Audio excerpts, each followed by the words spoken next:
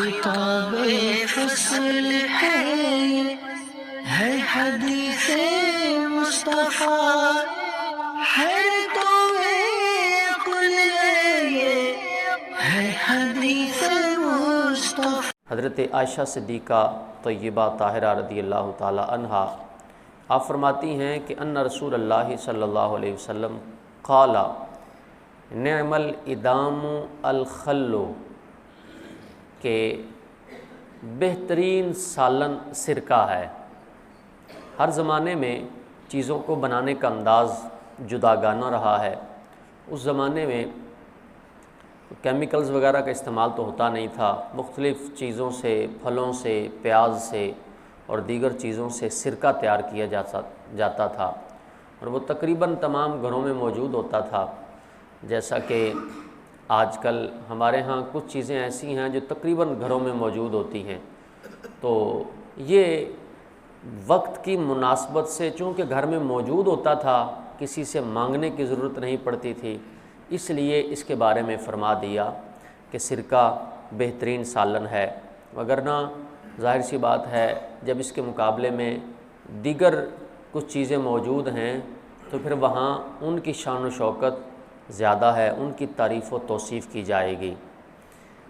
آگے اگلی حدیث پاک حضرت نعمان بن بشیر کم سن صحابی ہیں، ان سے روایت ہے، یہ فرماتے ہیں انہوں نے کچھ لوگوں کو کہا الستم فی طعام و شراب ما شئتم، کیا تمہارے پاس کھانے اور پینے کی وہ تمام چیزیں نہیں ہیں جو تم چاہتے ہو؟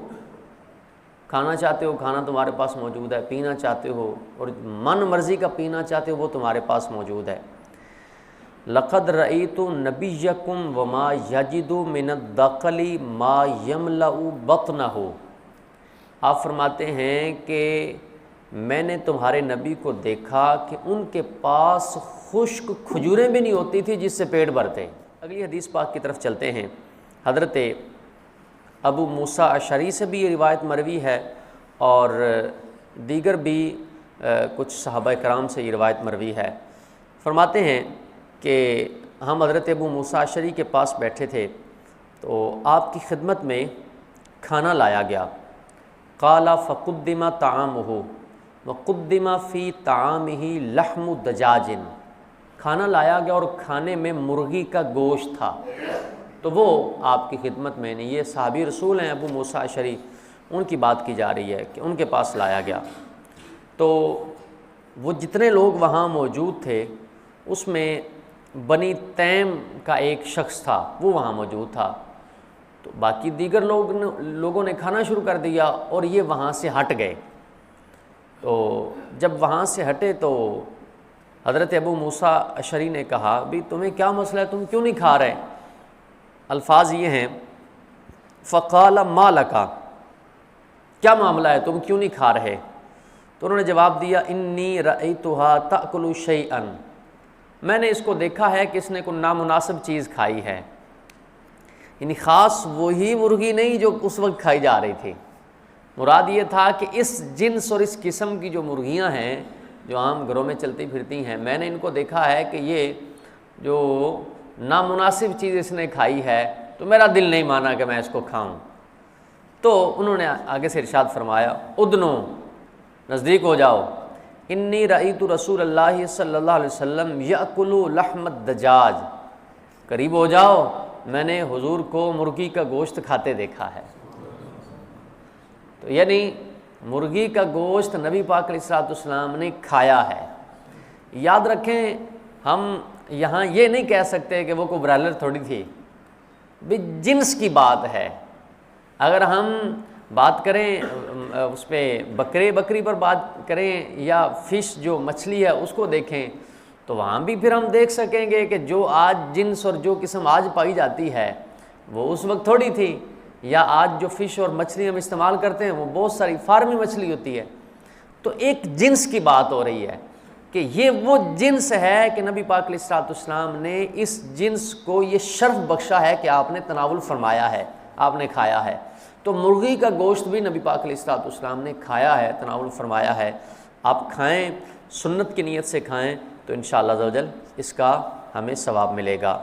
مزید کھانے میں ایک اور حدیث پاک ہے، نبی پاک علیہ الصلوۃ والسلام فرماتے ہیں کلوا الزیت وادہنوا بہ فإنہ من شجرۃ مبارکۃ۔ نبی کریم علیہ الصلوۃ والسلام نے ارشاد فرمایا جو زیتون ہے اسے کھاؤ اور اس کا تیل لگاؤ کہ یہ مبارک درخت ہے۔ حدیث پاک فرما رہی ہے کہ یہ وہ درخت ہے جو برکت والا ہے۔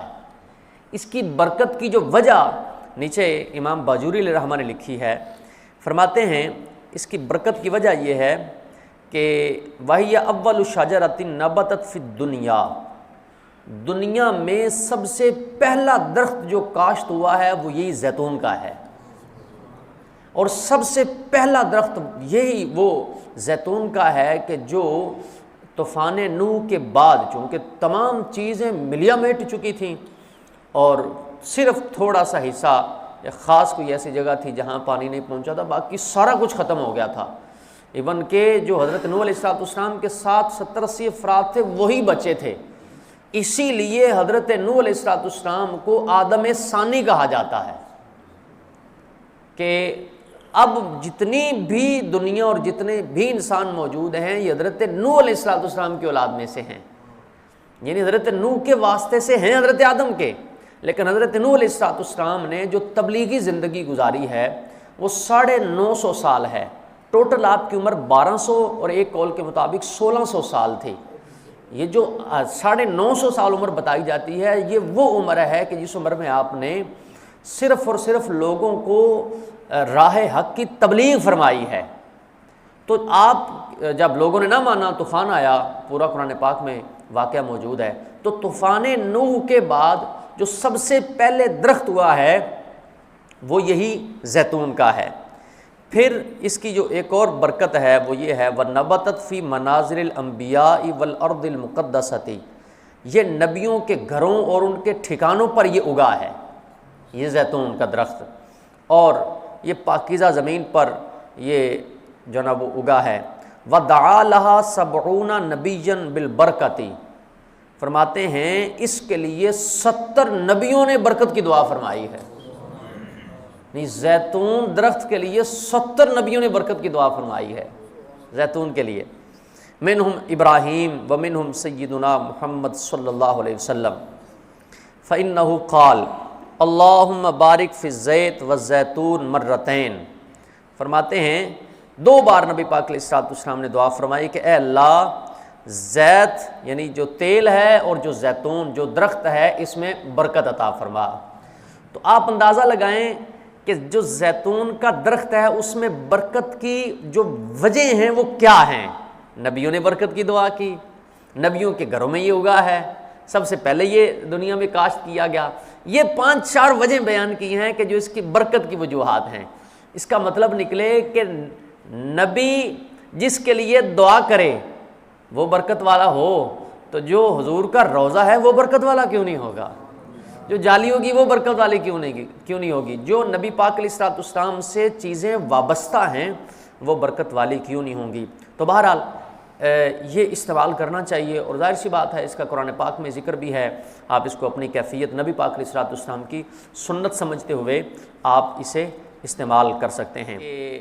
نبی پاک علیہ السلام ایک جگہ تشریف فرما تھے، حضرت مغیرہ بن شعبہ رضی اللہ تعالیٰ عنہ یہ وہاں موجود تھے، یہ راوی ہیں، فرماتے ہیں ضفت مع رسول اللہ صلی اللہ علیہ وسلم ذات لیلۃ فأتی بجنب مشوج، ہم حضور کے ساتھ کسی جگہ بطور مہمان تھے تو آپ کی خدمت میں بھنا ہوا گوشت لایا گیا، پہلو ایک جو وہ جانور تھا جو گوشت تھا وہ نبی پاک کی خدمت میں پیش کیا گیا۔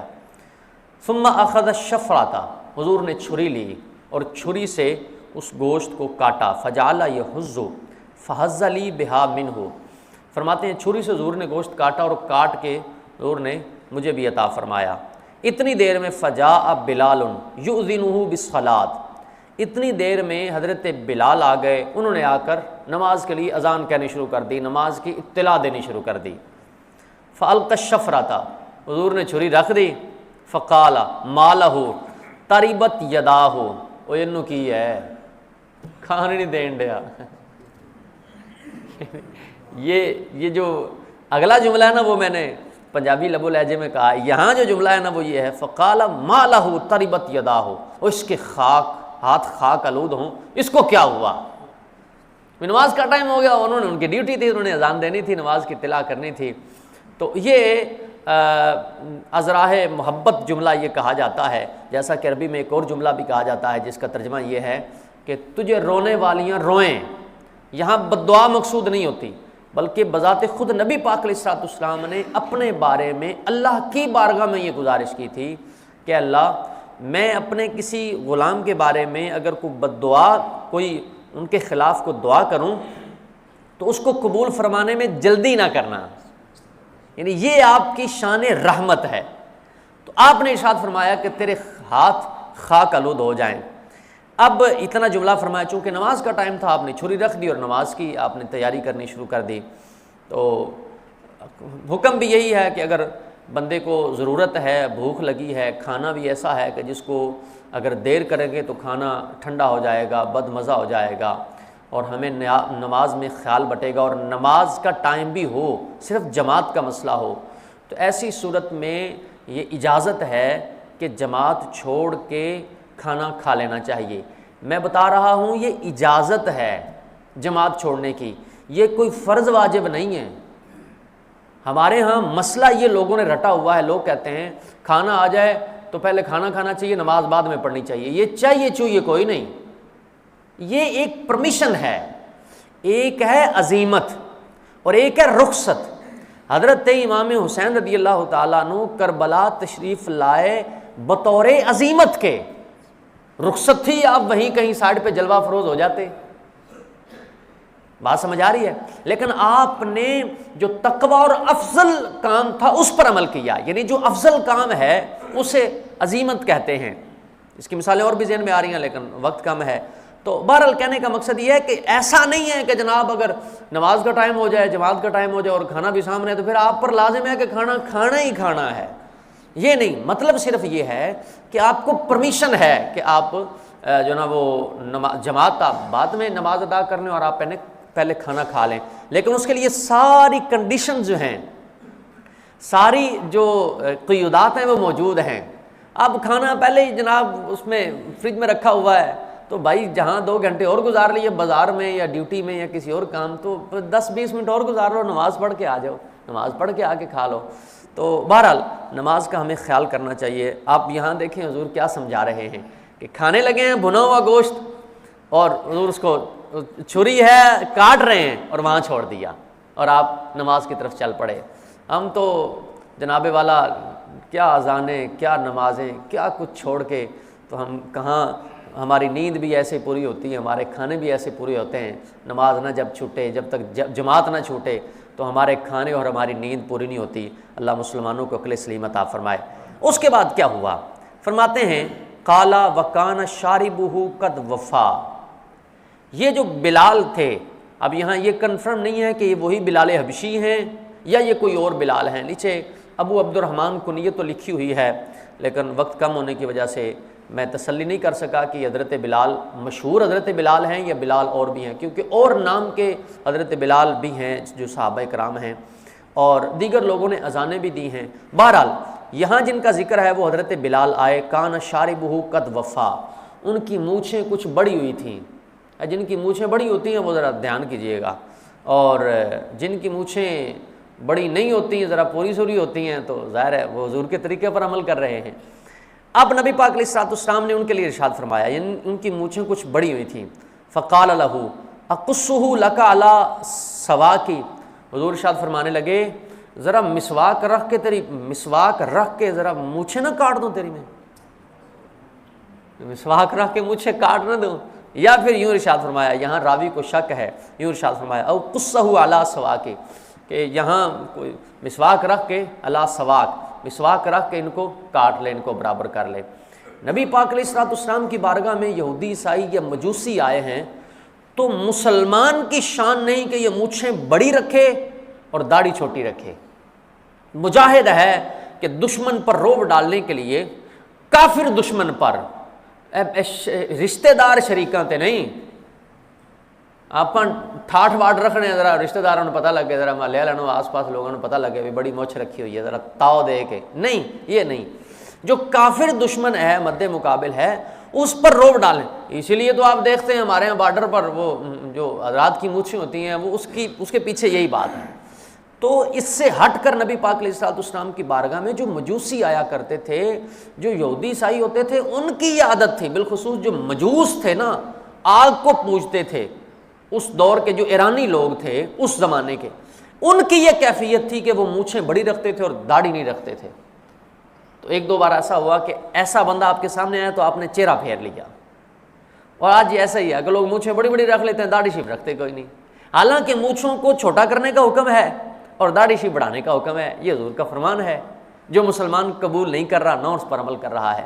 ہمیں اس کو لینا چاہیے کہ داڑھی بڑھانی چاہیے اتنی کہ جتنا فرمایا گیا، جتنی صحابہ کرام نے بڑھائی، جتنی اولیاء کرام نے بڑھائی، کہ وہ ایک بالشت ہے جس کو ہم ایک مٹھی داڑھی کہتے ہیں، وہ سنت ہے۔ اور یہاں جو مونچھیں ہیں تو ان کو پست کرنا چاہیے۔ اب پست کرنے میں جو زیادہ بہتر ہے وہ یہ ہے کہ پست کی جائیں۔ اگر بالکل کوئی صاف بھی کرتا ہے تو بھی ٹھیک ہے، لیکن بہرحال مونچھیں چھوٹی ہونی چاہیے۔